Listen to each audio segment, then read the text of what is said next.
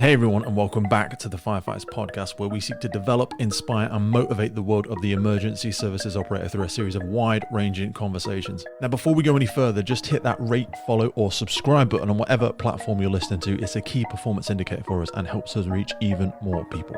Now, here's what we've got for you today. Mike. How you doing, Pete? All right? Oh, wonderful, brother. How are you? I'm not too bad. And I apologise now about my accent. If you're struggling with it, please let me know. Mate, I fucking love the accent. I absolutely fucking love it, mate. Scottish accents, Welsh accents, Irish accents, they globally rank right up there. We've got a couple of Welsh and Scottish lads in my service, and they seem to get away with a lot of stuff in a nice way, because there's something almost endearing when somebody with a thick Scottish or Welsh accent calls you a bit of a dick. But there's something that's really endearing about it. And they just seem to get away with stuff. I don't know if that's the same everywhere. We do have a bit of a way with where we can get swear words and words. We seem to knock it out of the park with that, but we struggle with a lot of other things. But it's one of the things we can't get away with. That and wearing a kilt or a skirt, as others call it. Today's episode was brought to you by our good friends at Wood Watches.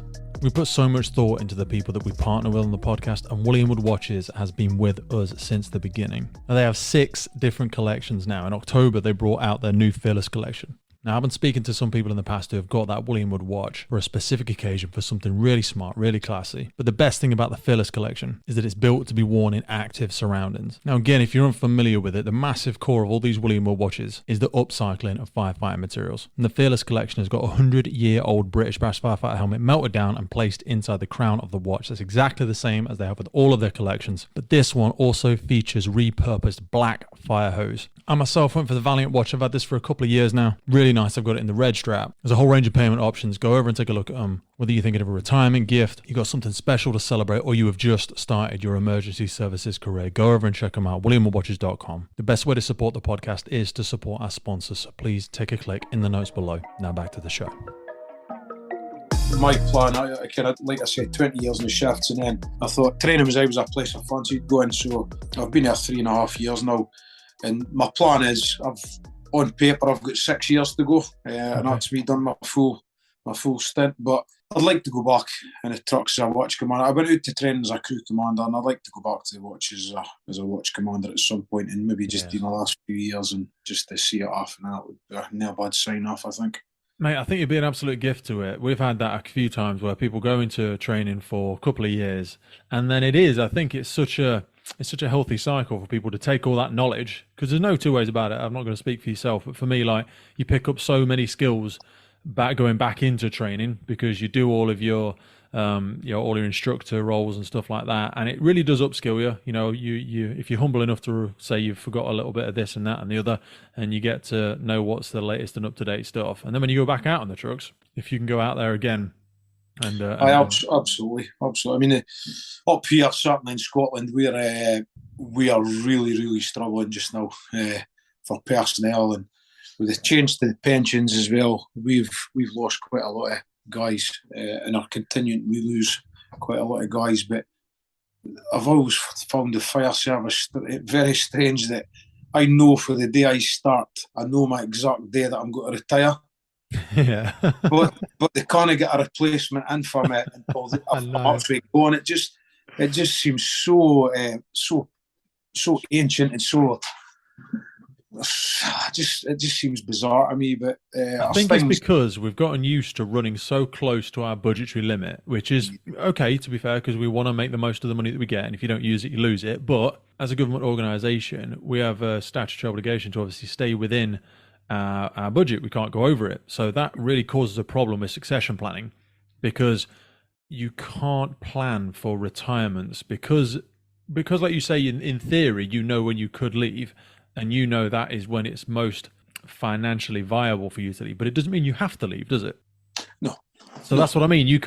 We can't budget on that. We can't say you're definitely leaving on January 1st, 2023, or whatever it might be. So we want somebody in, or we want to start succession planning 12 months ahead. But if we do it 12 months ahead and promote somebody else into a watch commander position, or we take on, another firefighter or another 3 firefighters, and you don't leave, we go over the budget, and we cannot do that. And I agree with you. It creates such a mess, and especially literally, mate, in this, like, I'd say 5 or 8 year period of time that we're going through at the minute, we are absolutely hemorrhaging people from the UK Fire and Rescue Service, just because we've come up to that kind of 25, 30 year ticket for so many people. And I know in my personal service, we are going to turn over 60% of our operational staff within a 5-year window, I think, which is just colossal. That's mad. And the thing is, that's so much kind of experience. Yeah. So much experience you're losing as well. Can just going out the door and just gone. Mate, that is exactly why. Literally, you've articulated it there as well. This is kind of the whole purpose of the podcast. So I want people to come on here and just absolutely unload, the best things about their job, the things they've learned, the mistakes they've made, advice they would give to people, the jobs that they've been to, the little niches, the little things that aren't in the policies, the things that, you can't really put into a training document, that sort of stuff. And we've had so many people on the podcast who have now retired, and people who have been retired a number of years, and a lot of people that are new recruits. And it's kind of my sincere hope is that we just create a colossal library of incredible people. Like, I would love for when you retire, for somebody to listen back to this and go, oh, did you ever know Mike McNab? And they go, no, who's that? And you go, I'll tell you what, go over and listen to this. I know he's been retired a few years now. The bloke was an absolute class, and that's my kind of vision for this. You can only hope. I mean, I liked when I was in the shift. You'll probably be the same yourself. When you got a new start, you got a probationer in and stuff like that, and maybe at night coming back for a shout, and you maybe had a coffee, and then the probie would come on, sit down and yap to you. You always got a question. Can what was it like? What was it like years ago and stuff like that? And you talk to them, but I found as time went on, I was like, it's kind of getting lost a wee bit now, because things are changing. We're getting less calls, and there's less experience, less shouts, less stuff. But these guys, they don't know any different.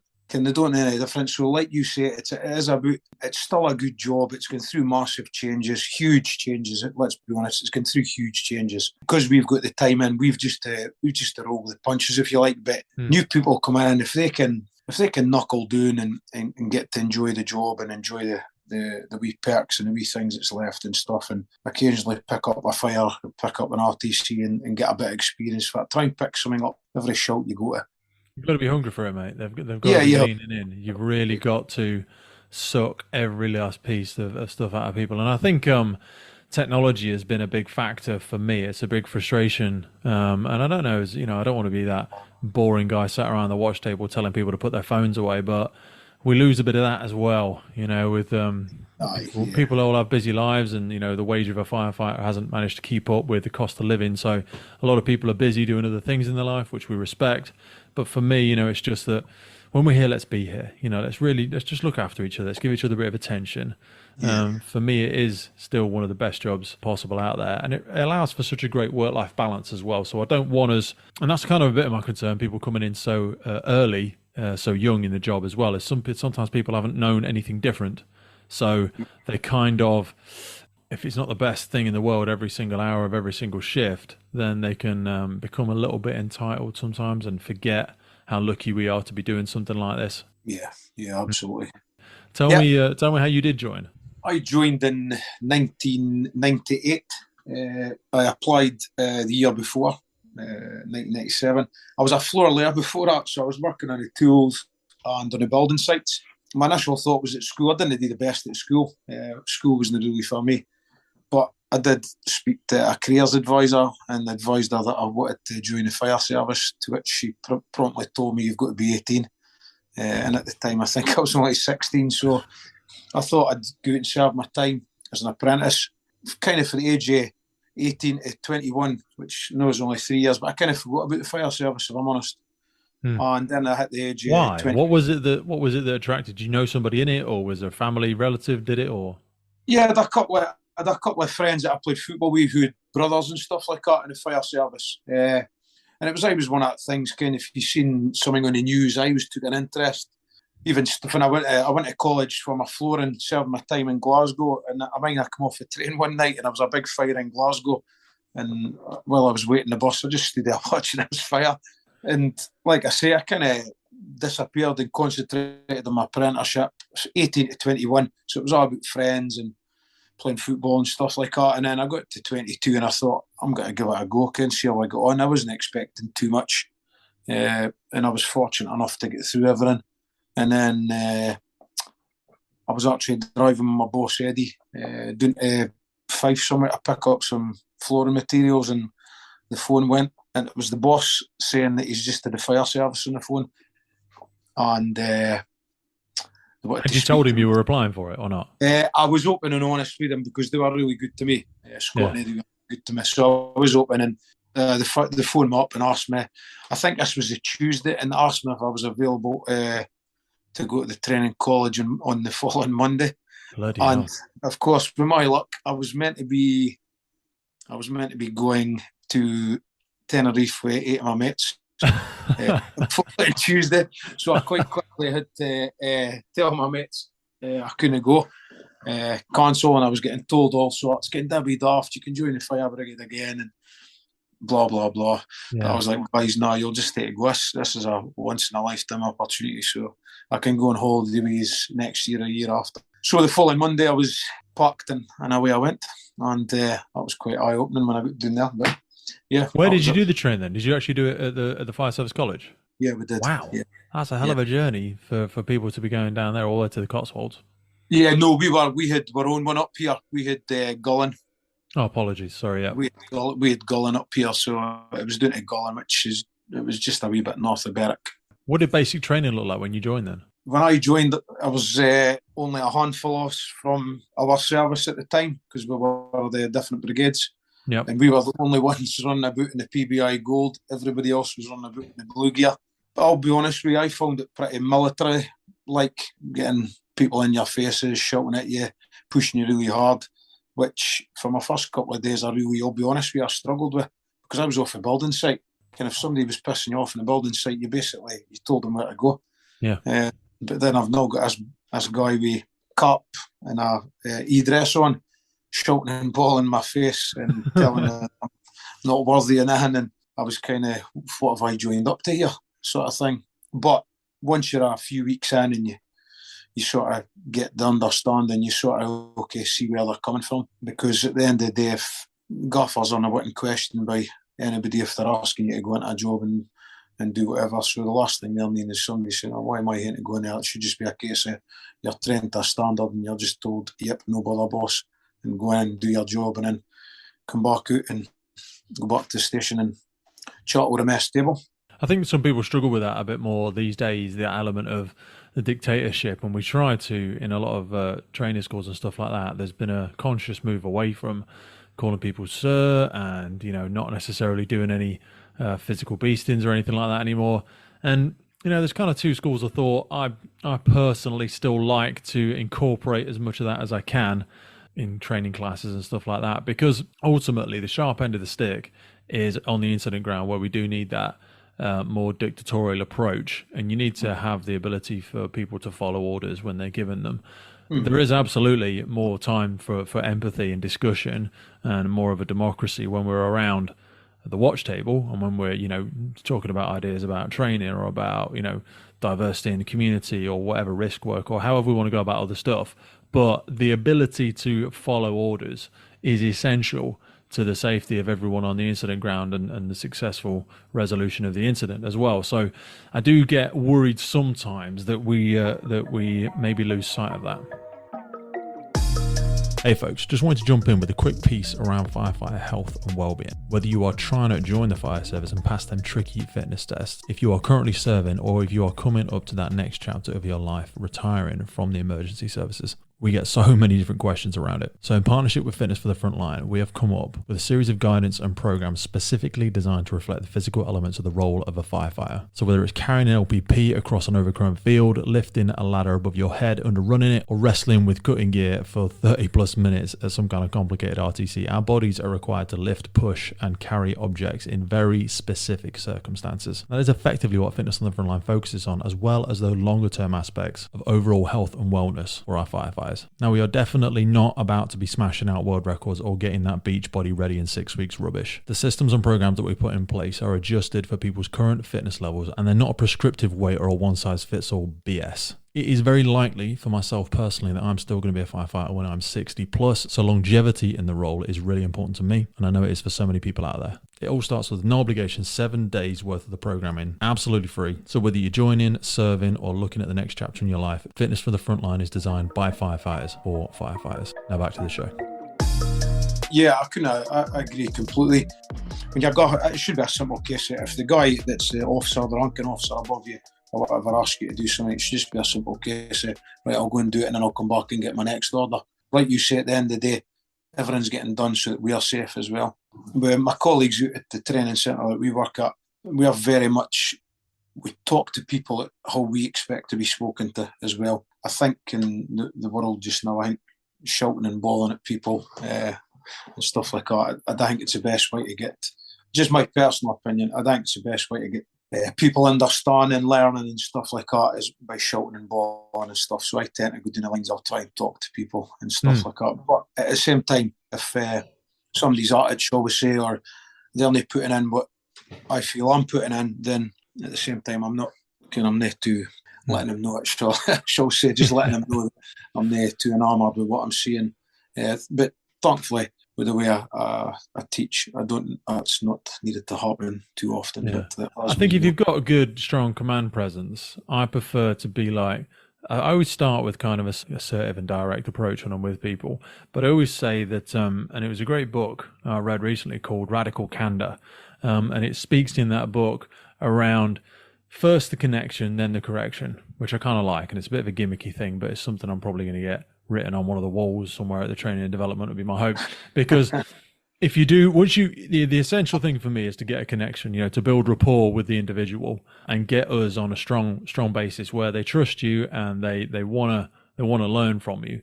Then comes the correction. Do you know what I mean? Then you can give advice and give feedback strategically, from a position of having a connection with that individual, knowing that your sincere interest is for them to be successful. You want them to be a great firefighter.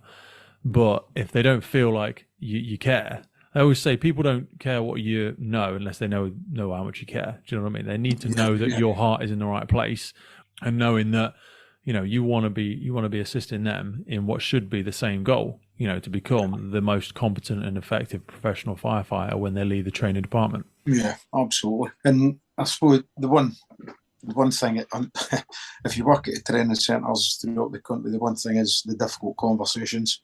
When you've done your best with people and they've maybe not just quite reached the standard, so that difficult conversations to be had.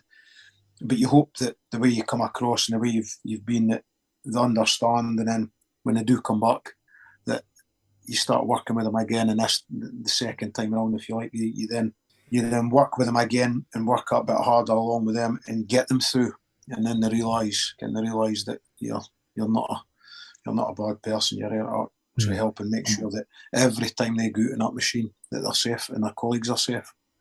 What are some of the sort of characteristics that you see from some of the more successful students, or some of the people that have that kind of mindset that ultimately makes them successful when they're coming through? Some of the things that I've seen in certainly the task and task management when we're training firefighters is you can pick out the leaders quite early. These guys that are confident, very, very confident, and they pick everything up so quickly. So from my point of view, when I'm training them, because at the same time as you're picking them up, you can also pick up people that are maybe struggling with bits and bobs. So, what is it you think that identifies good leadership? Confidence is one, definitely for me, but I think that's a fine line, because you can be overconfident as well. Calmness as well. Calmness in no situation. I've had a couple of gaffers over my years for it didn't matter what we were turning up to, they were exactly the same all the time. And I just found that a great character to kind of help out yourself, is to be able to, you could have absolute turmoil or it could just be a bog standard, but these guys would just never change. It was just nice and calm, and that for me fed on to the rest of the crew as well. Absolutely. Nothing worse than having a flapper. Yeah. You're trying to chase about or you're trying to find them. But I was from the good gaffers, the confidence, they were calm. And one I was noticed is they never used to disappear too far. They kind of would be in a relative same space all the time. Yeah. And they wouldn't then disappear into the back of the house. So they wouldn't disappear at the pump to do their own messages. They'd always be within eyesight. So everybody knew it's fine. The gaffer's still got the job. He's still in charge. He's still running the show. Confidence and just the calmness under pressure, I feel like. So a big thing that we spoke about before we were coming onto the podcast was this aspect of mental health and well-being, because I know it's something that yourself and Ian have done a lot of work with. What was the first sort of thing that made you guys want to put an effort into this sort of thing? I think Ian's not on yet, but I'll talk quite candidly about my experience. I had my own struggles with my own mental health. Caused by a couple of different things, whether it be relationship breakups, marriage problems, or sometimes just struggling with myself in my own company. And Ian, along with quite a lot of other people, close friends and family, and a bit of hard work myself, I've pulled myself through a couple of dark periods in my life.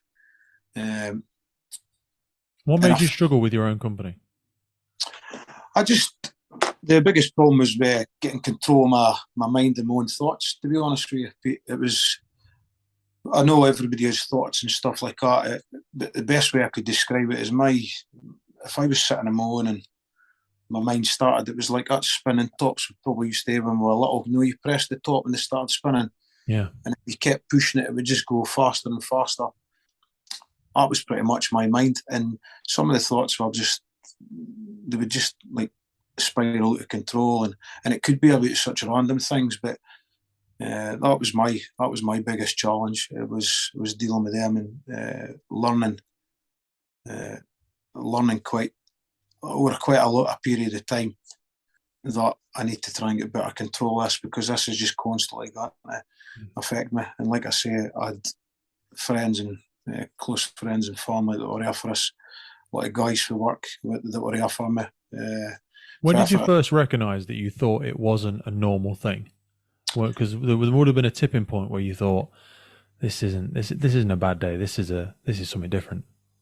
Yeah, I think I had a relationship breakup, and I went off the rails a wee bit. I kind of just couldn't I was really in a bit of a state, and I couldn't seem to see the light at the end of the tunnel. And I was really, really, really, really struggling. And then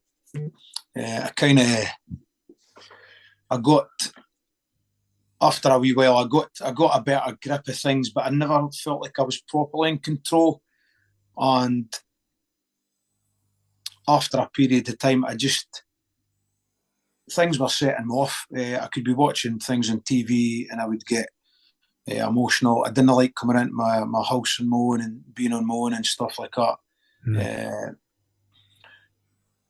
I would say the tipping point was probably after the relationship breakup, although that was quite dark, I'll be quite honest with you. That was quite dark, but then I kind of started realising this isn't normal, that my mind's racing like this. And I had counsellors and I had the Firefighters charity, they helped me out. I had, like I say, friends coming in to chat, and I had people I could speak to and stuff like that. So I'm not going to ask you to speak personally about your relationship, because I wouldn't think it's appropriate to, but there is a bit of it's a common theme across the fire and rescue service that we can, from time to time, struggle with relationships at home. And I've searched far and wide, but I've been having conversations with people all over the world, to be fair, in the emergency services, and there's several threads that seem to come through, one of which was this empathy exhaustion, whereby because of the nature of the job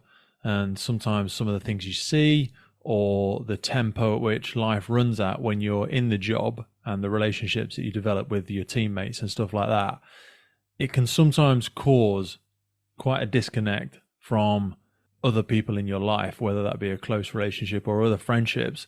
And I've certainly struggled with an inability at times to care about things that I might term mediocre or challenges that other people might be facing when you've just seen somebody lose their life, or you've been into a home where there's real social deprivation and the families or the children or whatever aren't getting cared for.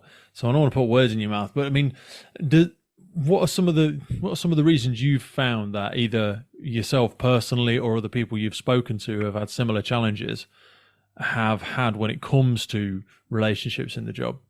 I think a lot, without going too deep with you, I think a lot of today is with upbringing as well. I think a lot of what happens in your later life is to do with your upbringing and stuff like that, and absolutely how you were as a child and then through a teenager and adolescence and stuff like that, because that doesn't go away.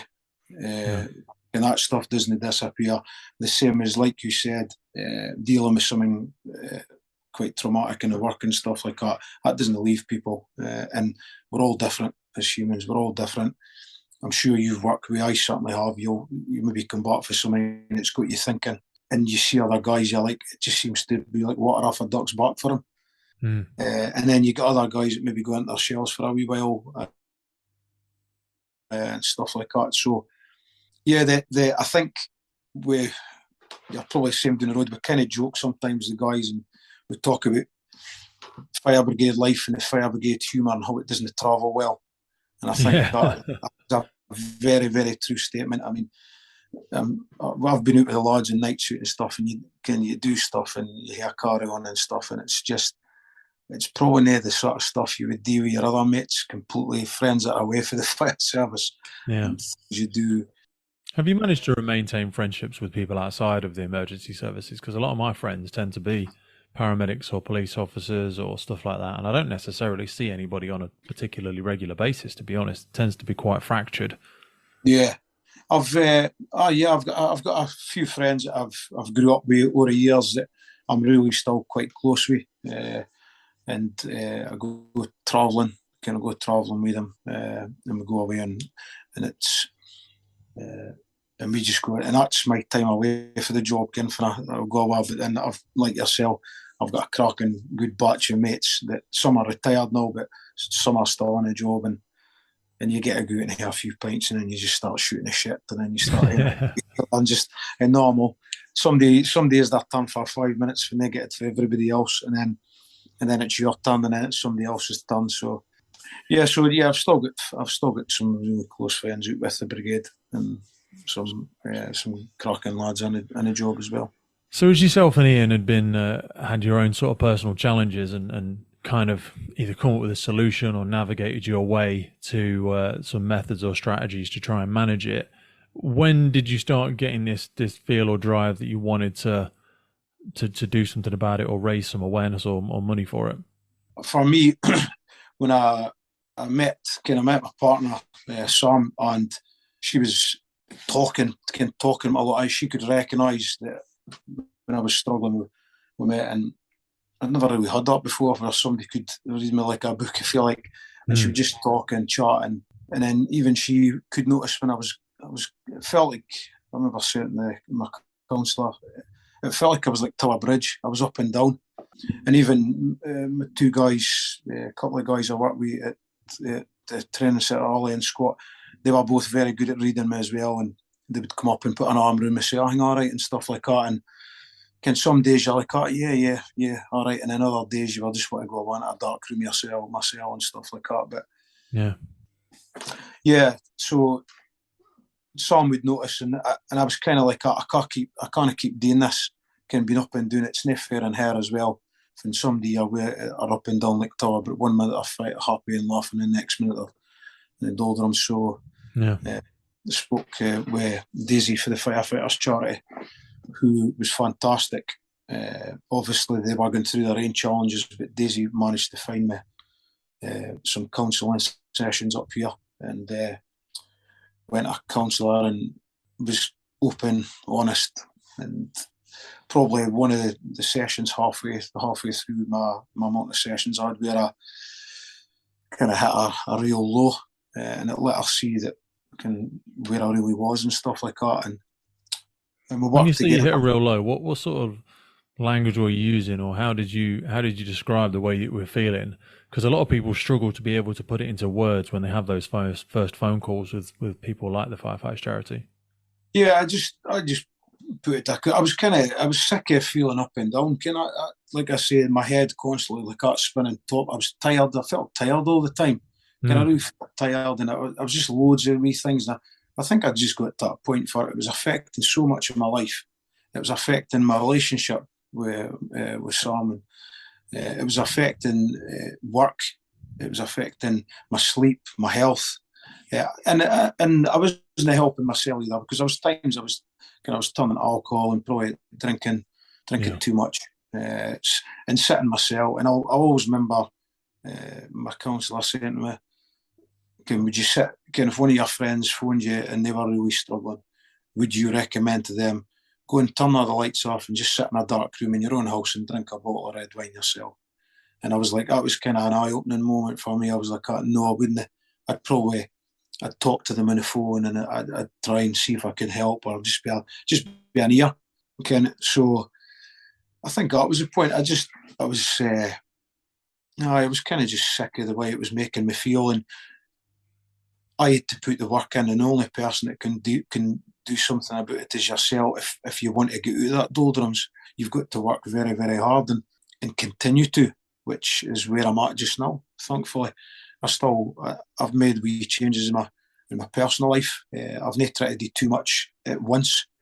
Sam's helped me with decision making and things to do, and it's funny just some of the little wee changes you can make and what a difference they can make, and being in far better control of my own mental health and my own thoughts, and I do try and be there where I can for if I think somebody, one of my friends, or if I think somebody at work or anybody's struggling, I'll try my best to be there for them. But at the same time, you've got to look out for yourself and not take on too much other people's problems. What are some of those small methods or strategies or things that you've tried to make marginal changes to in your life? Little wee things I tried. I was disappearing, doing some rabbit holes, reading about stuff. So I was mainly the start of it. I started doing a bit of research and reading into things, and the same things kept. It didn't matter where I went to read things. The same things was popping up all the times.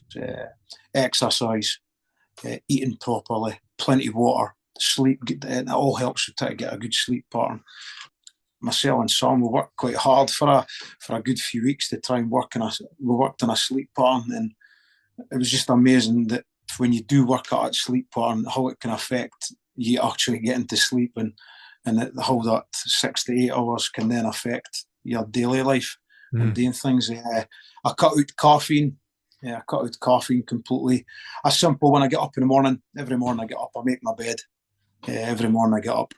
And whereas before I would just get up out my bed and just leave a pile of covers, and then when it come to bed, you just go. But now I get up in the morning and make my bed, and it sounds just like something simple, but there's something. No, it doesn't, mate. It's stacking. It's all about stacking successes, and I always say about stacking the deck in your favour and learning how those external events and influences can affect your internal state, because otherwise it becomes a cyclic thing where your mood drops, you feel hopeless, you start to entertain beliefs of what's the point of it, and this gives you urges to withdraw from other people, to do less, to not engage in activities and people around you, and as a result of that, nothing changes, and you're back to the beginning of that cycle where the mood continues to drop, and that sort of downward spiral, even if it's just a few days of low mood, can spiral very quickly into depression. And breaking that cycle is easier to do if you can recognize it really early on and start to put in these small measures of, right, I said I was going to do this, now I've done it. For example, I said I was going to get up in the morning, I was going to make my bed. Great, now I'm going to have a shower. Great, now I'm going to have this for breakfast. And it's just those small, because we're habitual creatures, and you can break that cycle. But when you start to put in things like alcohol and stuff like that, whilst it's an instant relief, it distorts your reality. And as you sober up, you become confronted with that low mood and sadness altogether again. And when we try and numb it with things like TV and social media, that can be another drug for people. And again, whilst it's an instant relief and gives you a temporary switch off from your mindset, that vicious cycle only sends you down this very same spiral. Yeah, absolutely. I mean, a couple of the other things I've done was you mentioned social media there. I just removed myself at everything. I done that last year. I just thought it wasn't something that I particularly liked, but I thought I'm just going to, so I removed myself with that. I spoke to my doctor at the time and he prescribed me medication, which I picked up, but I chose not to take. I spoke to Sam about it and we spoke at length about it, and she made me understand it's there if you really need it, but if you feel like you want to try and get through things and not use the medication, there's absolutely nothing wrong with that, which was mirrored by my doctor when I spoke to him a couple of weeks later to say, look, I've got that tablets, but actually I haven't started taking them. I started taking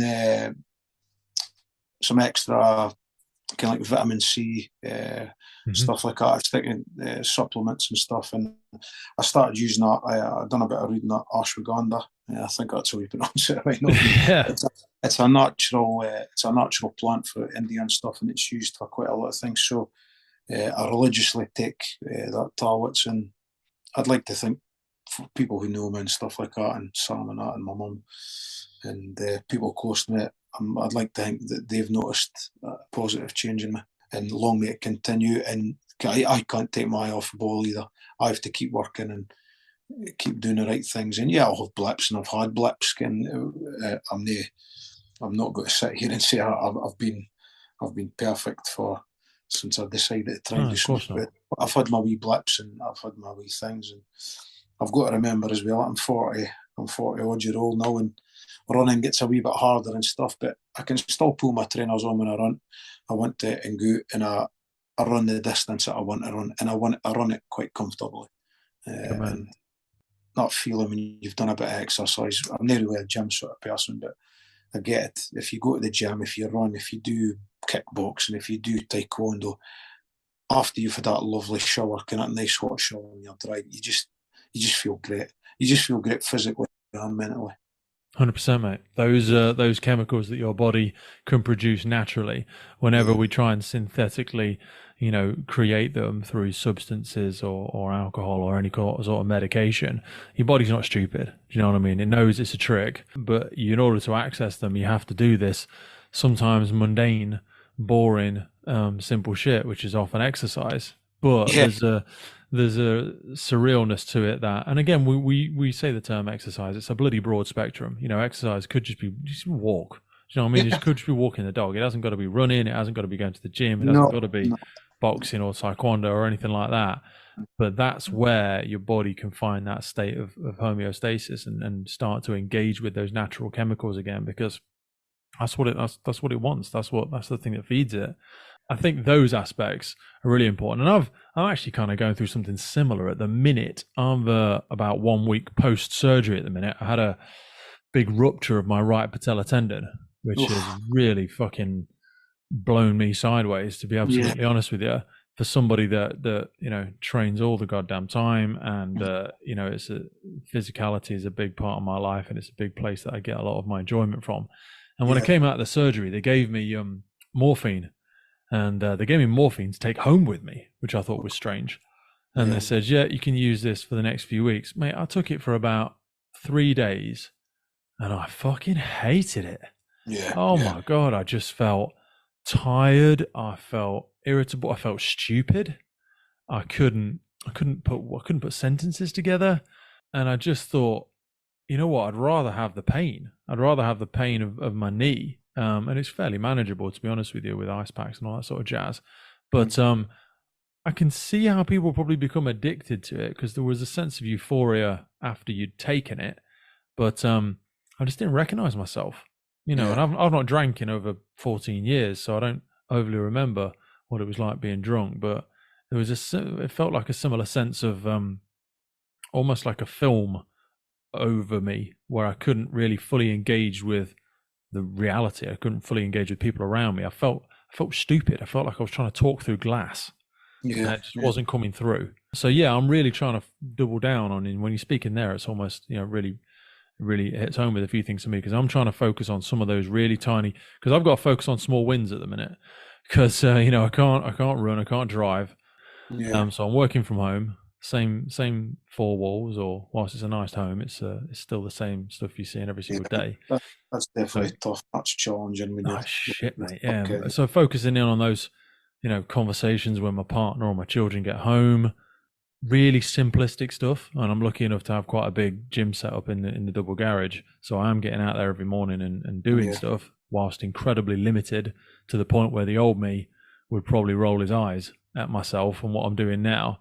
But humbling stuff, like you say, getting up, making the bed. Okay, I'm looking forward to taking a shower. It's going to take me 40 minutes versus before, you know, because I can't fumble myself around the shower, into the standing shower and all this sort of stuff. So it's frustrating and embarrassing and almost pathetic to an extent. But yeah, focusing on those small wins and gratitude. Gratitude's a big thing for me as well. Absolutely. So take me on to how this manifested itself into the New York Marathon. The New York Marathon, where my marriage had went south, and I wanted to challenge myself, and I always fancied wanting to do a marathon. So I trained quite hard. I was living my two boys recently, and they were kind of come and stayed a few nights a week with me and stuff like that. So when I never had them, I trained quite hard and I got myself fit. I'd been away with my old boss, my old watch commander, all into Macedonia. I went over to Macedonia to help training over there, firefighters over there, which I really enjoyed. And that was through Operation Florian. Yes, bloody hell, Ops Florian. Christ, that was a long time ago. Yeah. So I went over there and really enjoyed it. Became a member of Operation Florian. And just expand on that for people, sorry, because we've covered it briefly a couple of times. A couple of ex-guests were part of it as well, but could you just expand on a little bit what that was about and what the collective efforts of people that were part of it, what you did? Yeah, it was firefighters for the UK, all across the UK.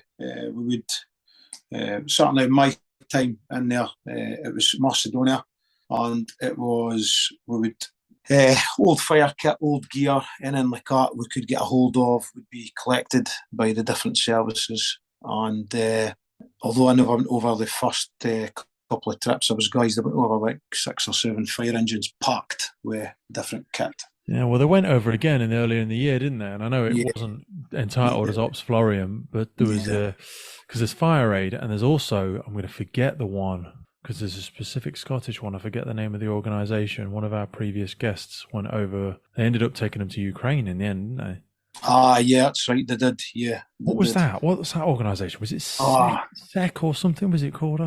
It was a Scottish something. Terrible. I apologise. I've forgotten it. Me as well. I have to apologise as well, because that's don't matter. I'll find it. It was kind of eye-opening from my own point of view. We arrive at a station to train these guys. They're so keen, but they're limited their fire kit, their equipment. And it was like, wow, is this all these guys have got to work with? Any time I did go on a trip, I basically took as little amount of clothes as I needed in my big kit bag. I'd maybe take a coverall, pair of safety glasses, but the rest of my bag was just packed with old fire kit and equipment that wasn't needed. And I would take it over and you would hand it to the guys, and honestly, some of them were like kind of hugging you because you were giving them a brand new set of fire gloves that nobody wanted. They were out of date or whatever it was. Jesus. Yeah, these guys, and I remember with Mickey, he was our interpreter as well, and I remember we were doing RTC training, and his gloves, the tips for his gloves were through, and I says to him, where's your spare gloves, Mickey? And he's like looking at me, Mike, we don't have spare gloves, you get one pair of gloves and that's it. So my gloves just came right off my hands there and then, and I give him my gloves. But what was their training like over there? You know, when you say you were helping train them, what sort of standard were they at? I mean, obviously they did the best they could with what they had, but it was kind of like here you had guys keen as mustard. You had guys who got at them were really good, and you had guys who would stand back and maybe didn't quite get it and didn't want to put themselves out there by maybe trying something in case their colleagues maybe a snigger or maybe somebody said something. So it was a wee bit like that. Very, very difficult with a language barrier. So when you talked, you had to pause to allow the interpreter to come in, which I kind of got used to in Skopje. But then myself and Alan went to Tetovo, which is right in the Albanian border. And of course, Tetovo is a city that's got quite a high percentage of Albanians as well. So when we were there, I would speak and then I had to wait and the interpreter in Macedonian and then the interpreter for Albanian because the crews were mixed. Yeah, crews were mixed. And so it was challenging, but it was really it was something you just got used to, and it was one of the things you just got used to. And the guys would pick up certain words, same as me and Alan, and in the later times with a couple of other guys who worked over with us as well. And we would start picking words up, and Alan was really quite good with some of the Macedonian. Me, not so good. I could get hello and good morning and all that, but and there was a couple of good ones. We were doing one sticks in my mind. We were doing an RTC drill, and I just popped my head into the car to see how they're getting on. And the big lad, his name escapes me actually. He was casualty handling, and he seen me pop my head in, and he hadn't spoken a word of English. He just stood and kind of like nodded and then waited an interpreter speaking and stuff like that. And then some of the best English I've ever heard, he turns around and says to me, "Mike, am I doing this properly?" And I was taken back. And I looked and I just says, "Did you just speak clear English?" And he just gave me this smile. And he just raised this smile in his face. And I came out and I went to Alan and I goes, "I don't believe it. The begin's in there in the car and he speaks almost perfect English." he clearly didn't he didn't want the job of being an interpreter. Oh, here he is. Is it working? Hey, oh, brother. I'm very well. Sorry I'm late. That's all right, brother. That's the nature of the beast. Mike's been covering your ass. We have gone through everything. Not everything, but no, it's great to see you, brother. How you feeling? You all right? Good, yeah, very well. How are you both? Yeah, man, I'm feeling good. Mike's been giving us all his real serious, just like opened himself up, to be honest with you, mate. We've gone through a whole whirlwind of stuff in and around mental health and some of Mike's challenges in the past. Just been going through some of the Ops Florian stuff as well, mate. Good stuff, good work Ops Florian I've done over the years, and I know Mike's done a lot more than me. But we got you signed up and stuff, and Ian we were sort of set to get ourselves involved in the next trip, and then of course things sort of turned for the worse with COVID and all that. Once that kicked in, that kind of Florian had been struggling a wee bit.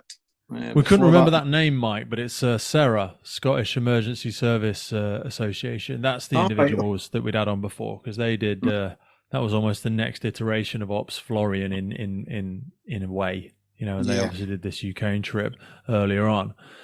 Ian, we were kind of just talking about, and it might be a good opportunity to kind of go back to why you guys kind of had such an inspiration to start trying to do some of the stuff in the mental health world. Well, I mean, I think nowadays we're all more aware of the mental health aspect of life in general. You know, like I'm sure Mike spoke about his mental health problems in the past. And nobody's immune from the mental health side of things. You know, I think being sick physically is quite open. You know, people are quite open and honest about being ill or physically ill or whatever, but mental health seems to still have the stigma, and I think we're on the cusp of breaking down that stigma, you know? Yeah, it's something that I know I've seen a lot of work globally come around in maybe the past kind of 8 years, but it still seems to be, even in my service, we had a firefighter take his life last month, fortunately, and it's still becoming more of a common thing, because even though we are just kind of giving it more of a focus in the emergency services, I think as a society in general, with the contributions of COVID, but most definitely also the factor that social media and this comparative lifestyle that we kind of lead now. And Mike was kind of explaining some great strategies that he'd come up with about distancing himself from aspects like that and trying to put some real disciplined habits into day-to-day life to try and avoid that mental spiral. I mean, how has it changed since when you joined in? You touch on a lot of interesting points there, because you talk about how we as individuals use social media and how it negatively impacts us. You talk about cultural changes that have maybe happened on the watch. You talk about, so you're talking individually, you're talking group think, because like I think the world's changed so much in the last 50 years. As an individual, as a man, working as a firefighter, 50 years ago it was a different world. You're living in a social bubble that was entirely different to now. Now you've got quite a toxic, or the ability for social media to be quite toxic to the mindset of a man. And I don't think women are immune to that, but I do think for men in general, I think it can be really toxic. And you can get caught in a difficult spiral, and you're talking about people taking their lives and stuff.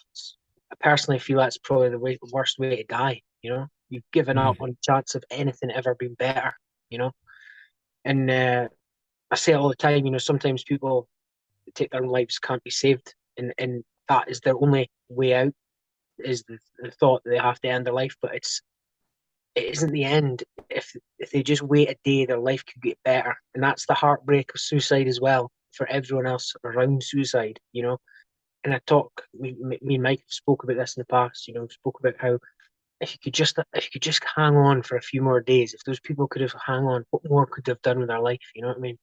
And almost sometimes it's like, I don't know necessarily even that their life inherently needs to change, but it's the aspect of perspective sometimes as well. And sometimes it does so often help to just have that person to not try and definitely not try and belittle or normalize the things that you're going through, but act as a sounding board to try and help you yourself get a bit more of a comprehension of the things that are piling up on top of you. Because they say, there's nothing worse than a man all wrapped up in himself, because you just retreat into that echo chamber where you're only hearing your own opinions. And now, ironically, despite the fact we've never been more connected, there's also very easy to live a life of total isolation where you can order all your food online. You can, you could spend your whole 4 days off not seeing a single soul if you didn't want to. I think you're right. There's there's a quote, I don't know if it's a great dictator or whatever, Charlie Chaplin says that, like, technology brings you closer together, but you've never been so far apart. And I think that's like social media, like now, is that you can connect with your friends so quickly. It's almost, is it eroded the value of it? You know what I mean?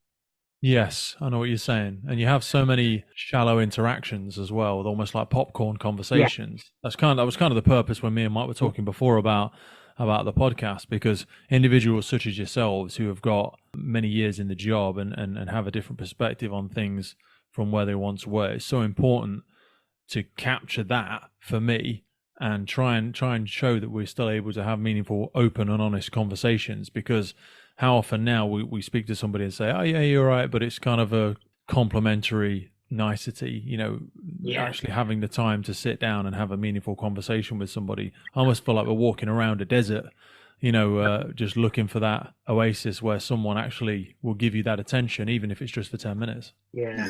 So Iain, just to walk me through, like, when you joined the job, what was it like versus where you find yourself now, both in terms of why you got into the job and why you stuck with it for so long? Yeah, I mean, well, 2005 I joined. I was 20 years old. I was working at the time as a lifeguard. Really enjoyed that, lifeguard. So was I when I joined. Job. Sorry, it's no way. It was crazy. Yeah. Okay, so we just kind of, and I know this will sound tenuous, but it was a link that was kind of in a job where I was trying to save life, and I kind of enjoyed that aspect. And I thought, well, I'll take it one step further to a career, and I'll go for the fire service. And I applied and got in. Wow. Yeah, just got in first time and probably fluked it, First time. Two first timers. There you go, mate. I tell you what, it's becoming. Oh, did you get in first? Two first timers. So mate, it took me about 6 goes, and this is back when like people would travel up and down the UK applying for lots of different services. Now, in this world of instant gratification, I worry about people that if they don't get it first time, do they have that kind of mindset where they work on long-term goals and things like that? I think it's something that worries me, because like Mike and I were discussing before you jumped in, it's we've never experienced so much retirement and hemorrhaging so much experience now, that I believe we need to be actively opening up the doors and talking to people and showing them what it's like in the world of the UK Fire and Rescue Service and the wider emergency services, because otherwise there's not that hunger for the job anymore. And like you say, you kind of had that natural progression from making a difference as a lifeguard, and that kind of grew into this desire to join the emergency services. But I worry that it's not as popular as it once was. Yeah, I guess, tip the hat to your resilience for keeping bashing back 6 times, That says a lot that you've tried 6 times and then you eventually got there. I think that says loads, It means you really want the job. And it means I think I'm also just stupid enough to keep going. It's took me 22 promotion processes to get my watch commander one as well. I'm just one of those idiots that doesn't take no. I mean, they're handing them out like sweeties up here, Mike, I'll tell you that. Yeah, anybody can get one these days. Just head up there. Mike, do you want to chip in with that? Very good. Very good. No, I think there's been a huge cultural change since 2005. Like you say, I remember going through the process, and I remember meeting guys who'd driven their motorbike up from Berkshire, and at a time I didn't even know where Berkshire was, and I was like, where are these people coming from? These guys are coming from crazy distances, yeah, to try and apply for a job in Aberdeen, and I was like, this job must be really desirable. Yeah. Little did I know. I don't know if they've continued to try and get in or whatever, but what was it like when you first got in there, mate? What was the difference between what you thought the job was going to be like and what it was after you'd finished basic training and got on station? Yeah, it's a good question. I think I did have a thought process where I thought it was going to be like the military. I did think this is going to be like boot camp.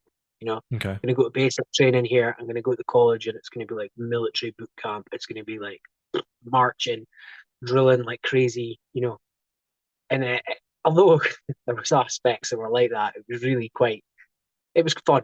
I enjoyed training, enjoyed coming back, enjoyed getting on the watch and learning.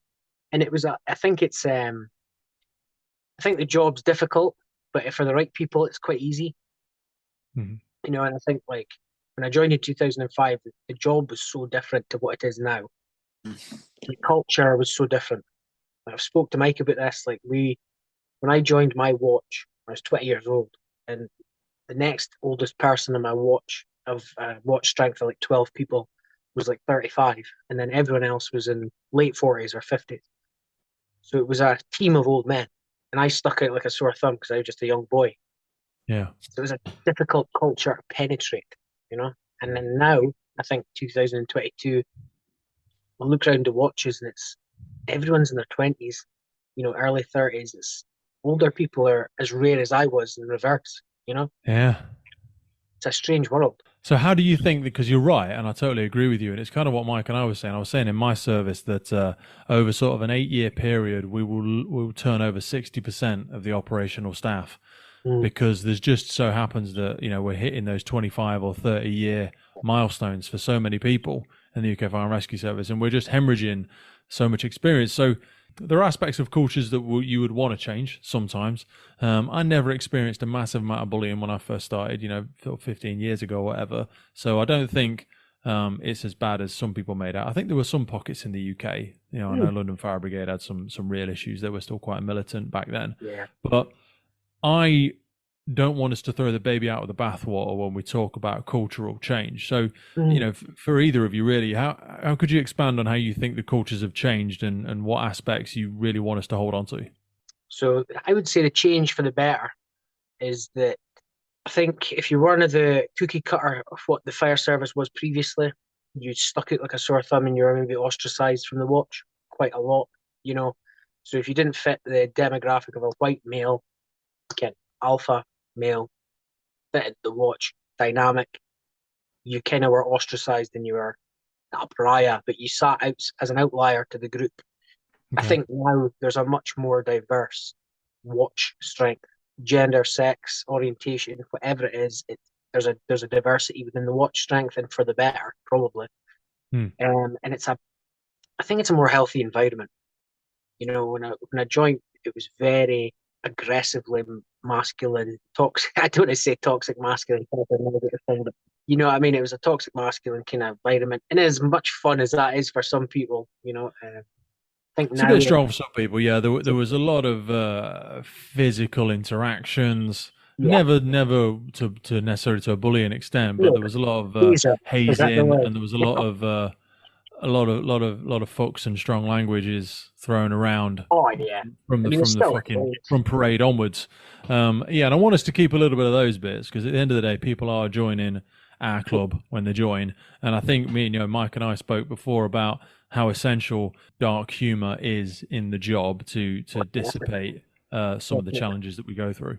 Definitely, I think dark humor can carry you through a lot of horrible moments. Like you see some grim things, and you think, well, if you don't laugh, you'll cry.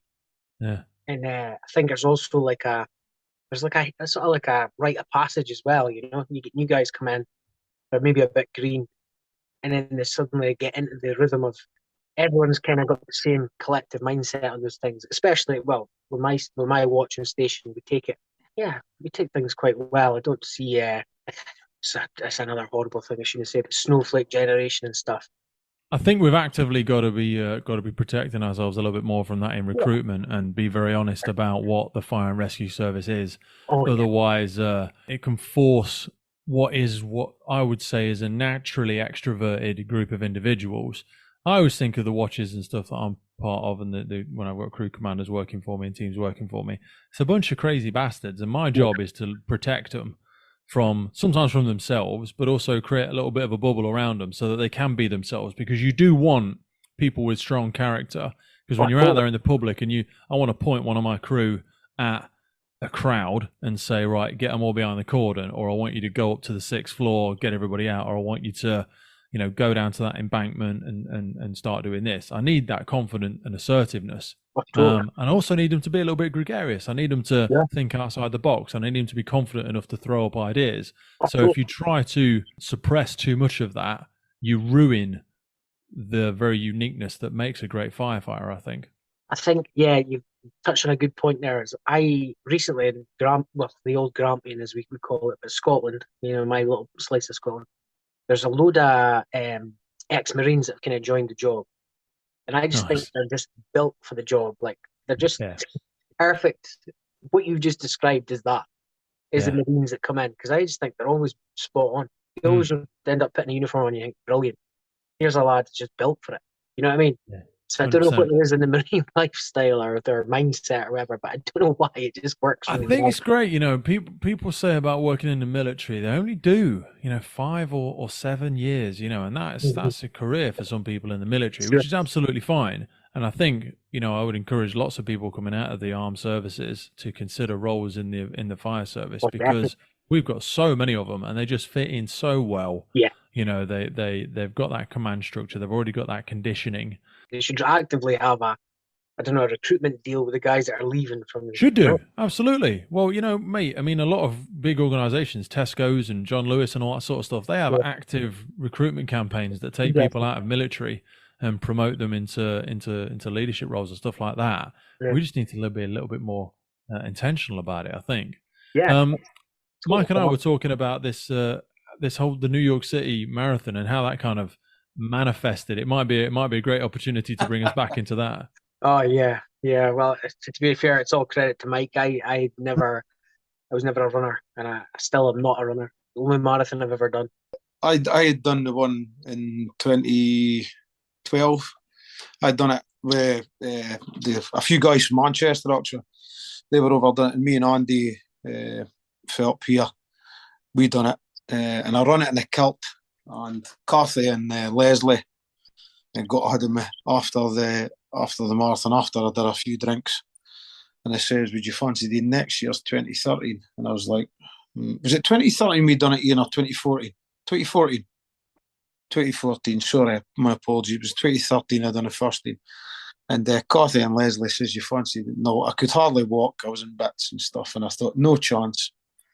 And then I got back to the UK and I got an email for the two of them, and I thought, I quite fancy doing something a wee bit different.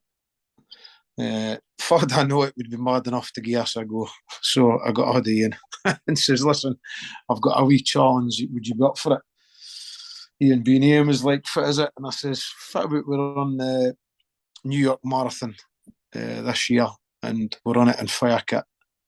I left him to go and mull her up for a wee bit. give him a little text and phone call now and again, just to remind him, you remember if I asked you? And then eventually I got him on board, and, and away we went. We started training, was it June, July time? Started training in June, July time with the view of doing a marathon on the first Sunday in November 2014. I probably pushed Ian quite hard with the running and stuff like that, but at the same time Ian pushed quite hard for sponsorships and stuff like that. And we'd done it for Florian again, Operation Florian again. The challenge was to raise 4,000 virtually. I think we raised 7 altogether. And after speaking with Cathy and Leslie, we managed to get £1,000 of that to go towards a charity, maybe tell you about it at the end of when we've talked about this marathon. So that was really good of them as well. So we've done our training. I planned a few runs, we've done a few things, even running in fire kit to practice. So it was quite interesting running about some of the streets up here and people looking as if to say, look at us, too daft this for the day. Rosenbauer were really good. They sent us 2 lightweight helmets, and they sent us a cheque with some money. We got some sponsorship from other companies. All the guys in work were good. We got money for a lot of guys in the work and girls in the work.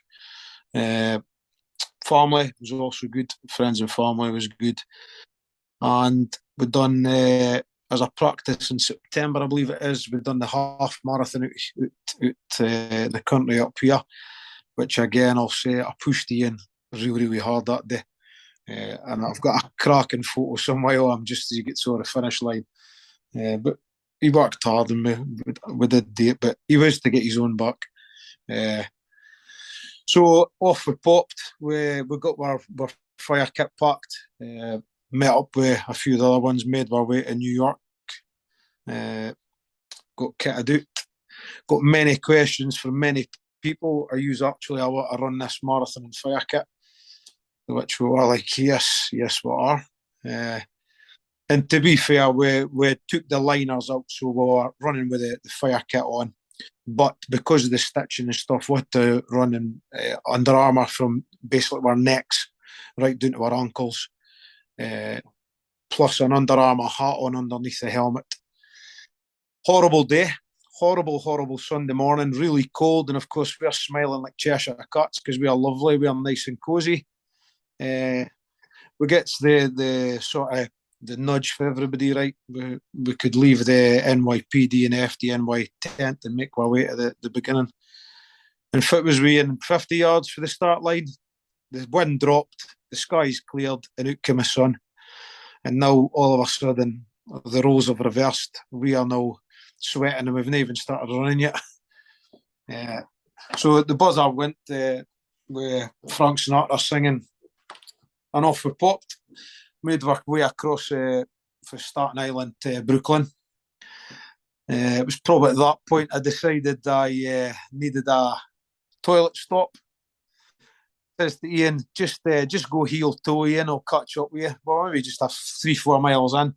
To which he answered me, yeah, well, I'll do that. So I went and joined the queue of about 3 or 4 people for the toilet, the cubicle toilet things. Done my business, out I came. I was maybe 5-10 minutes max. Started running,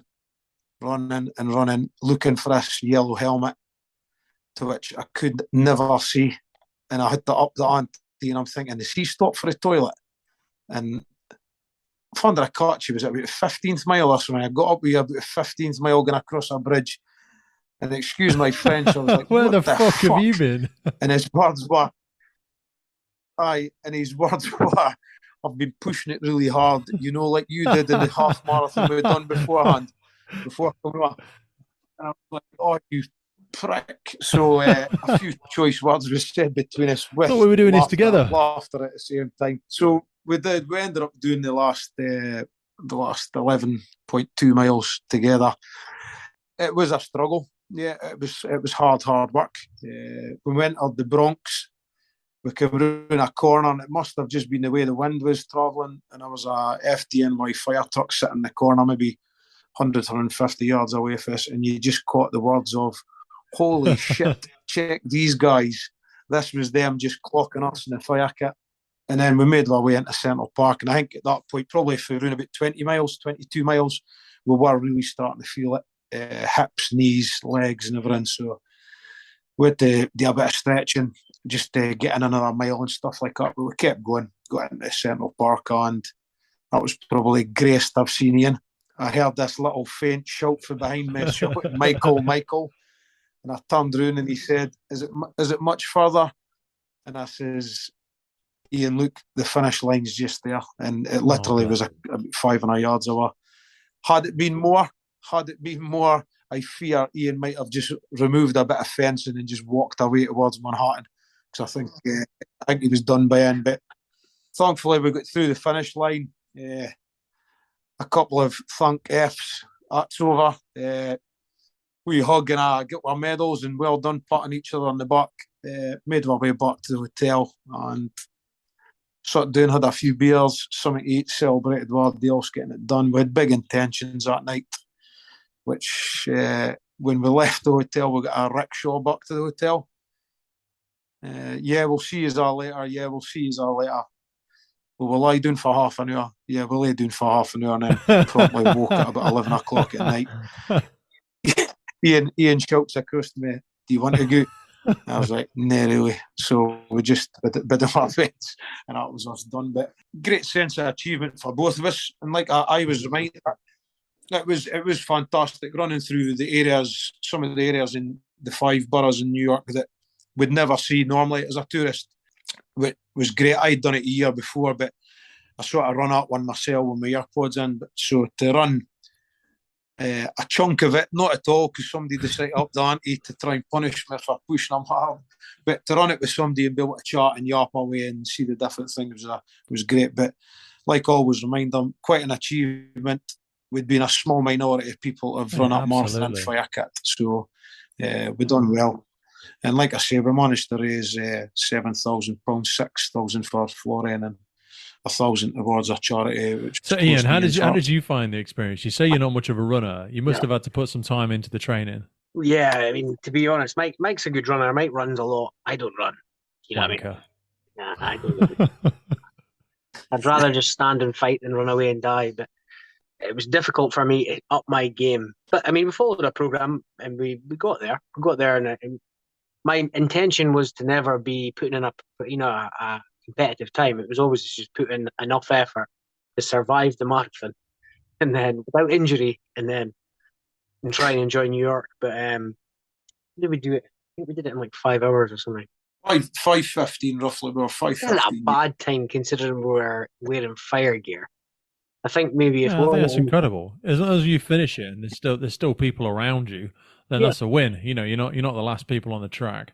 Yeah, I mean, there was guys. I mean, we met in with these 2 nice lads from Cheshire. Was it Mike? Were they from Cheshire? Oh, that's right. One lad I think was a copper, and one lad was a fiery. And they were brothers, but they were really nice lads. And we're just like saying, we're gonna, we'll see you at the finish line, kind of thing. You know, just joshing back and forth. And then they ran away from us. Obviously, they're just in their running gear. We thought we'd never see them on the run again, but for some reason, when we got close to the line, they came out the back of the pack, came running and caught up with us because they were like, "There's no way we're letting you guys beat us." Rest in fire gear. So I think they're actually like in the finishing times. I think they crossed the line basically at the same time as us. Which probably had to slow down for the police officers. To be fair, you know what it's like. We need heroes too. You know what I mean? But I think that was an achievement for me because I thought, well, hey, these guys are in their running gear. We've done it in our fire gear, so I'm happy with that. But the training was great. Mike, we went out, we trained loads, we did it. We didn't really get injured, which was great because the next day we were kind of stiff, but we managed to enjoy New York and enjoy the rest of the time in there. Would I do it again? No. I'd go and support somebody doing it, but I would never run it again. Oh, mate, it's one of those things, you tick that box. Do you know what I mean? And I think it's with a few things that I've done in time where people are like, "Oh, I'd like to come and do that with you." And I'm like, I've kind of done it now. Do you know what I mean? And there's other adventures to be had. Yeah, are you a runner? Is that your thing? Am I bollocks? Yeah. Fucking hell. No, mate. So I used to be. I was a competitive strongman for a period of time. What? And now I compete in firefighter challenges. So I've got 5 gold medals for firefighter challenges around the UK and across Europe and stuff like that. But even now, so I used to be 24 stone when I used to compete in strongman when I was a kid. But Smash. That's now, I was a right fat beast, to be honest. It was like the worst kept secret in the fire service because I was taking all kinds of drugs back then as well. Oh. And I've lost like 6.5, 7 stone. Okay. So, but even now, I'm still around 17.5, 18 stone. Yeah. So I'm not a runner. Is the short answer? What's that in kilos? What's that in new money? It's about 115. Oof, that's a big lad, eh? It's a 6'5". It's a lot, but I am getting into that chapter of life now where I've done all the heavy lifting and all that sort of jazz, and that's why I wanted to do some of these firefighter challenge competitions, and I'll continue to drop the weight, even though anything below 17 stone, I tend to start looking a little bit gaunt, which is not great. But I do want to. Yeah, I do want to do some endurance stuff. So it's on my list. Okay. And we run the UK Pink Firefighters. So we raise money for breast cancer awareness, and we've done a bunch of little challenges, and we've got a few things hopefully lined up for next year. But running somewhere there, I'd prefer to tab. I'd prefer you to put some weight on my back, and like I did a challenge carrying a woman up 20 floors. Of a building in the UK, and I did that a few times. I'm much more at home doing that sort of stuff, raising money in that kind of way. But like I always say to people, I want to explore the spectrum of fitness, and I think it really would be a massive challenge for me to do anything with tremendously endurance. You ever heard of the Dinnie Stones? If you're into strongman events, I'd get you to Google it or whatever. I think there's about 200 people have done it. Brian Shaw for the US, big strongman. Yeah, I guess you know who Brian Shaw is. Yeah. He's got the record for walking with him, I think. I think they're 330 kilo combined, but they're 2 different weights. One's like 180 roughly. 2 different shaped handles. I think they're originally stones for boat rigging or something on the bridge. This old bridge out in Deeside near Petark, the area. But you can go and lift it, and as long as you can get a gap underneath the bottom, you get your name in the book. And I think there's only about 200 people who've got their name in a book. Could be wrong with that. There could be more, but I think it's about 200 people. Yeah, I'm just looking at it now. It's a colossal. Donald Dinnie was the strongman who originally came up with it. He had stories of handling these across the width of certain bridges and carrying them all sorts of crazy distances. But with the greatest of respect, competing in that sort of realm is far beyond me now, because it usually requires taking a tremendous amount of steroids, which is something I'm not willing to go back into anymore. With the greatest of respects to people that currently compete in those sorts of things. So you're not deadlifting 330. No, well, 350 was the record when I used to lift it, but no, I'm nowhere near that now, brother. I'm chapters of life. I always say I'm glad to have done it. It was enjoyable. It was crazy. It was silly and reckless, and I've popped discs in my back and tore my pec and all that. I've had some big injuries, but it was fun. And I'm happy to be able to talk about it from the other side, having come through it and still have most of my bodily functions in place. Because I think most people end up just a ruined wreck. Their shoulders and their knees and everything just gets fucked. But anyway, we digress. Tell me about this other charity, Ian. So New York thing. We'd raised money for the Firefighters charity, Florian, and I grappled with a lad, Mike Baxter. His daughter was born with a neurological condition called Ohtahara syndrome, which is quite rare. I think David Cameron's son was born with it. I think if you can cast your mind back, he had a son that was born disabled with this neurological condition called Ohtahara syndrome. And we raised money for the Edinburgh sick kids through him, because she went down to Edinburgh quite a lot for treatment, because it's the main neurological treatment centre for children in Scotland. So we just raised money for them, just as just because it was something that's close to my heart. Yeah, it was David Cameron's. I was just looking at it now. It's epilepsy characterised kind of disorder. Yeah. I think I remember reading about this before, usually only with infants, and they just have ongoing multiple seizures. If you've ever seen anybody have a seizure, it's a pretty bloody horrific event, to be honest with you. So talk to me about, when you raise the money and come back from it, what advice would you have for anybody that was trying to take on a challenge like this? I would say discipline over anything is just discipline yourself to routine. Because I know people will say motivation will take you so far, but discipline will take you the whole way. Love it. That's true with running. I think you just have to get in the hard miles. You have to do the work. Agreed. Your training plan's got to be there, and you've got to stick to it. I mean, there was a couple of nights we probably met up and none of the two of us could be bothered, but we still got the trainers on, still putting the gear, put the t-shirts on with the sponsor, came with the sponsor website this for people could online, and we just went out and done it and got it done. So I think for me, if you want to achieve something, get the training plan in place and stick to it and go for it. And then when you cross that line at the end, for me, that's when I done it myself. It was very emotional. When I done it with him, it was just as emotional. Like, I've done this again. I can't believe it. So if you put in that training in, the feeling you get when you cross that line, I can't speak for Ian obviously, but for myself, getting across that line, you just take that wee second before you go, holy shit, I've just run a New York Marathon. I wanted to spend a few minutes before we finish sort of taking ourselves back to the job, because you've both got different lengths of time that we're in the career, and we've all kind of spoken passionately about when we joined and the kind of journeys that we've taken to the point we're at now. And I wanted to kind of ask if there's any common mistakes or if there's any advice for people joining the services or people that are earlier on in their careers. If there's any kind of common mistakes you see people make, or any tips for people that want to stay in the job for as long a periods as yourself. For me, one of the ones, it's more towards people wanting to come in a job, because I'm sure there is quite a lot of people out there that still want to join the fire service. But for me, at training, it is the one thing that people can do something about is the bleep test, the fitness test, whatever you want to call it. People smash everything else, and then they come to do the bleep test and they fail it. And I've had conversations with them. Before you came here, why have you, whatever level we're meant to get in up here, why are you not getting 2 levels above that in your practice? And it's frustrating, because there's people where you think, can you get that feeling you'd actually be quite good, you'd actually be really good in this job and stuff. So for that, and for me, for getting in the job is work hard through your probation, but then I've probably done it, well, there's a lot of people would argue, but when you've done your probation, they'll lose sight of looking after the people behind you as well. There's probationers coming right at the back of you, so help them. They're just feet and table. Yeah, people that have been in 5 minutes and they're not willing to get back down there and stand on the trucks and go through all the lockers and all that sort of shit. And I always say, when people speak fondly about their mentors and they're sat upstairs saying, oh yeah, recruits aren't like what they used to be the other days, I'm like, what the fuck are you doing sat there whilst you're fucking slagging off the recruit? Why the fuck are you not down there at the truck with them? Because the person you speak so fondly about, your mentor, they'd be fucking ashamed of you.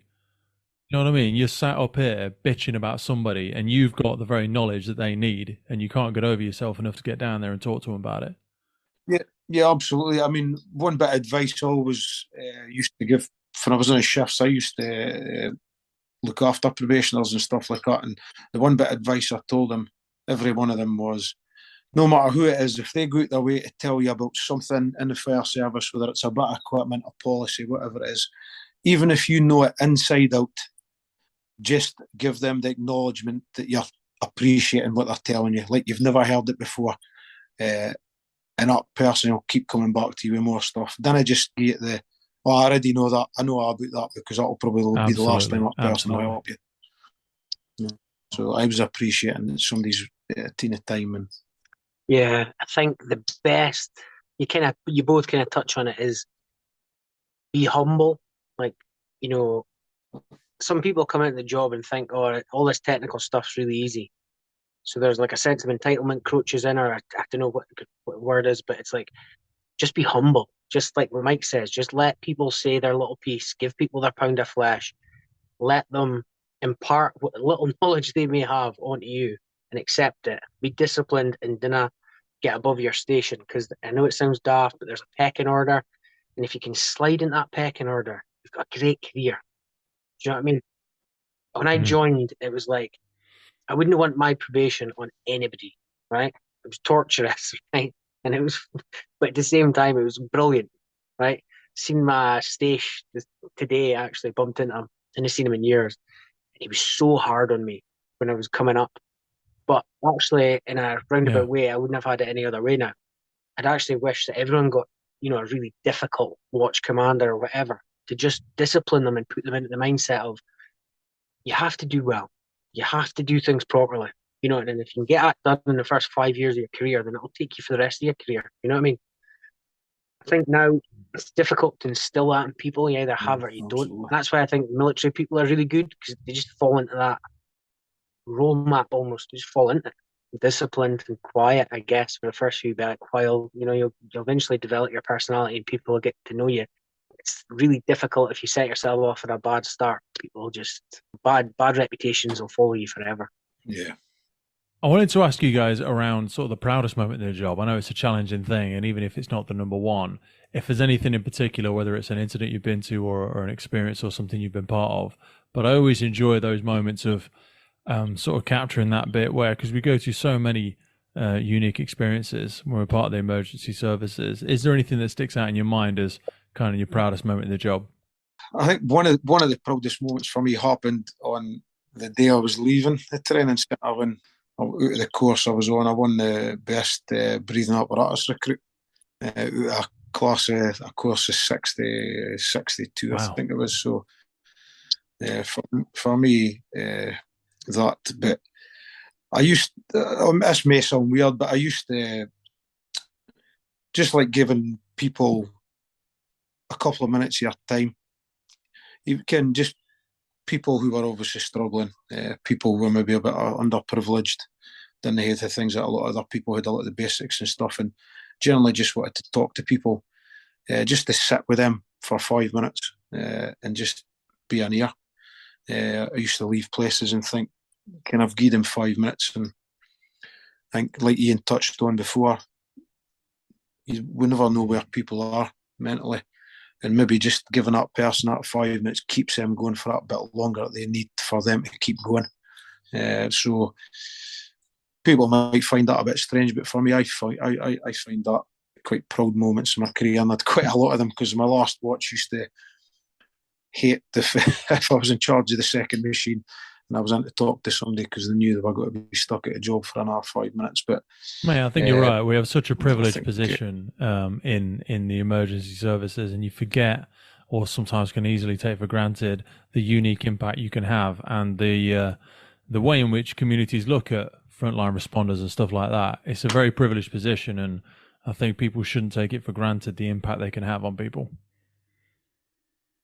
Yeah, absolutely. I mean, I remember one where I was new in the job. I'd been maybe 5 years or something, and we were going to an area, and we were there quite a lot.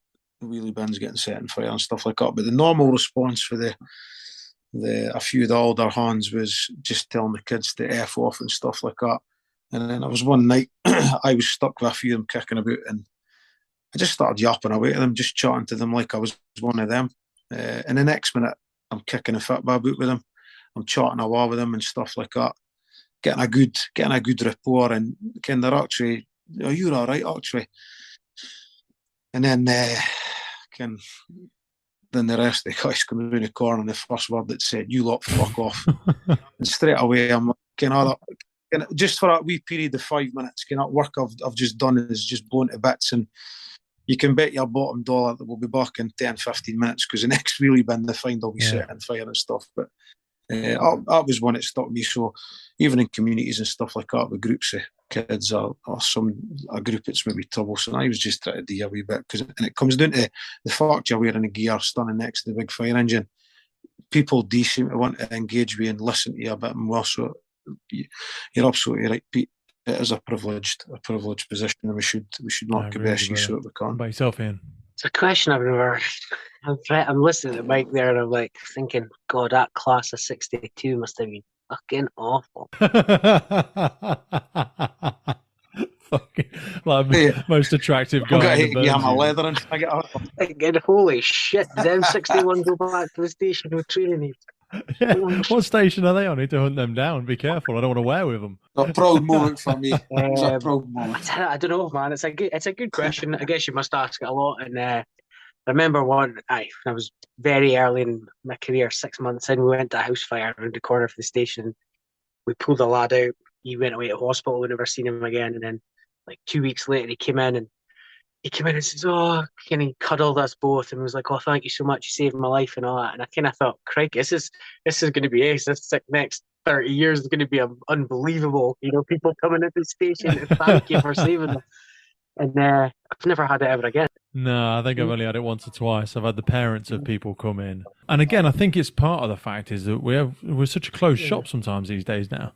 Because, fire stations aren't as much community areas as they used to be where, we'd hold different events there and the doors are always open. Some people can get really shitty if you bring public on the station. They don't seem to like people coming in. And I'm like, no, at the end of the day, the taxpayers' money is what we're there for. So I'd have people there every day. Oh, when I was groups at the station I worked at, I was a right nosy. I'd like to go through, and a lot of the time you go through and speak to, you end up bumping into somebody or you'd be yapping away. And again, people just engage with you. People just like to engage with you and stuff like that. But you're right, there's other people that want to see anybody other than fireys and stuff like that on their station. So. Well, look, fellas, I'll edit this next bit out, but is there anything that we haven't touched base on that you think you want to cover off before we wrap it up? I would just like to put a shout out to Top Group 20, which was put together by a guy, John, down in Glasgow a few years ago, and it was for firefighters. And in mental health, any issues you've got going on that could just gather. I think John started off, it was just him and two other people. Started off meeting, nothing to do with the fire service. It was for fire service personnel, so none of the meetings were ever held on stations. It was a neutral location, and John got this up and going down in Glasgow and gets good numbers. I think I might be wrong here, but it's either once a month or twice a month to get good numbers. How can people get awareness of that? Do they have a link to a page or a website, or? It's on Twitter. Myself and a colleague for training, John, and a watch commander, Darren, from one of the stations here. We got together and thought about trying to get this up and going in Aberdeen. So we have had it going for a wee while, and numbers are growing. And it's just, I think it's a good thing for people to know it's there. And if they are struggling with anything to do with the job or personally or anything like that, it's just fine. Don't need to come along and say nothing. You can just sit quietly, listen, or you can come in and hear chat and blather with stuff. And I just think it's a good thing. And just a final note for myself is to all the guys and girls in the job that please speak to people. Don't keep things bottled up. Talk to colleagues, talk to friends, talk to family, and just look after yourself mentally as well as physically for those that suit them. Love it. How about yourself, Ian? I mean, Mike had said to me, what do you think your message would be to the firefighting community in general? I mean, probably Pete, you probably agree with this, but I think fitness has got to be something every firefighter does 100%. From now on. It's a lifestyle change. Yeah. When I joined, there was lads there that didn't do any fitness ever their whole life. And, you would get a couple of guys that were into running and they'd say, "Oh, he's into fitness. That's his thing." Like he's a fitness guy, that guy. I think now we have to work to 60 years old. The statistics are there for the particulate and the contaminants off the fire gear is causing cancer in people. The lifestyle, the job is causing cancer in people. I think that's pretty obvious. We need to give ourselves the best chance of a quality of life. You've got to stack the deck in your favour. That's a great expression. You've got to stack a deck in your favour, ever in your favour. I think every firefighter, regardless of whether you like it or not, you've got to find a way to be fit every week. And that's going to be you for 40 years. Because I think the days are gone when you can just come in and your thing is playing cards. You know what I mean? There's no room to hide anymore, mate. Like you say, the crews are on minimum crewing now. You can't just sort of go into the background or float into the driver position. I'm just going to drive every set or whatever. That's not going to fucking be the case, mate. You are going to be 58 years of age putting a fucking BA set on your back. So all of those little habits you could get away with before when you're like, I'll be retired when I'm 45 or I'll be retired when I'm 50. You've got to really, I know it might seem boring, it might even seem unfair, but it's reality. It's where we are. So enjoy your life. Yep, absolutely. But have a little bit of a think about how often am I indulging? How often am I eating a little bit too much here? And do I need to be balancing that a little bit more? Because if you're having issues even in your 40s, you know what? 55, 58 is a fucking long way away. I mean, You know what I mean? 58 years old, kicking a door in 3 a.m, BA set on. I just think, I mean, I know we haven't really got very many late 50s firefighters at the minute. In the next 10, 15 years, there will be. There's going to be a lot. And the last thing you want is to be doing CPR in the locker room. Look across the water at my colleagues over in the States. You know, there's guys there in that age group you're talking about with the belly, the belly, the no good eating habits, zero physical fitness, and then they got a job and they come home. So, no, you're absolutely right. Absolutely right. Beautiful. Thank you, fellas. I really appreciate, I know, especially for yourself, Ian, it's been a fucking long old day at work. Then you've had the overtime and you've had the call and all that sort of shit. So I really appreciate you taking time out. And obviously thanks for Mike for propping it up until you managed to drag your ass on. Always, I thought that might be his proudest moment. He says, I'll be retired with a bad back from carrying this motherfucker. That's what's going to get me out of the job. It's the first time I've had to be He's retired in 2 years. Absolutely love it, fellas. Thank you so much for taking time out of your day to come on and look after yourselves. And Mike, send me that link after this, brother, and I'll speak to you all soon. All right. Yeah, I will do, Pete. Thanks for having me. Pete, thanks very much for having us. I appreciate it. Look after yourselves. Thanks, man. The Firefighters Podcast is a global podcast seeking to develop, inspire, and motivate the world of the emergency services operators. Through a series of wide-ranging conversations celebrating those within our sector, we seek to encourage and support this incredible group of people. It's brought to you by myself, operational firefighter Pete Wakefield, and I speak with individuals from all walks of life who I sincerely believe can add value to or develop those who have chosen this life path. Please support your emergency services wherever you are in the world, and thank you for listening.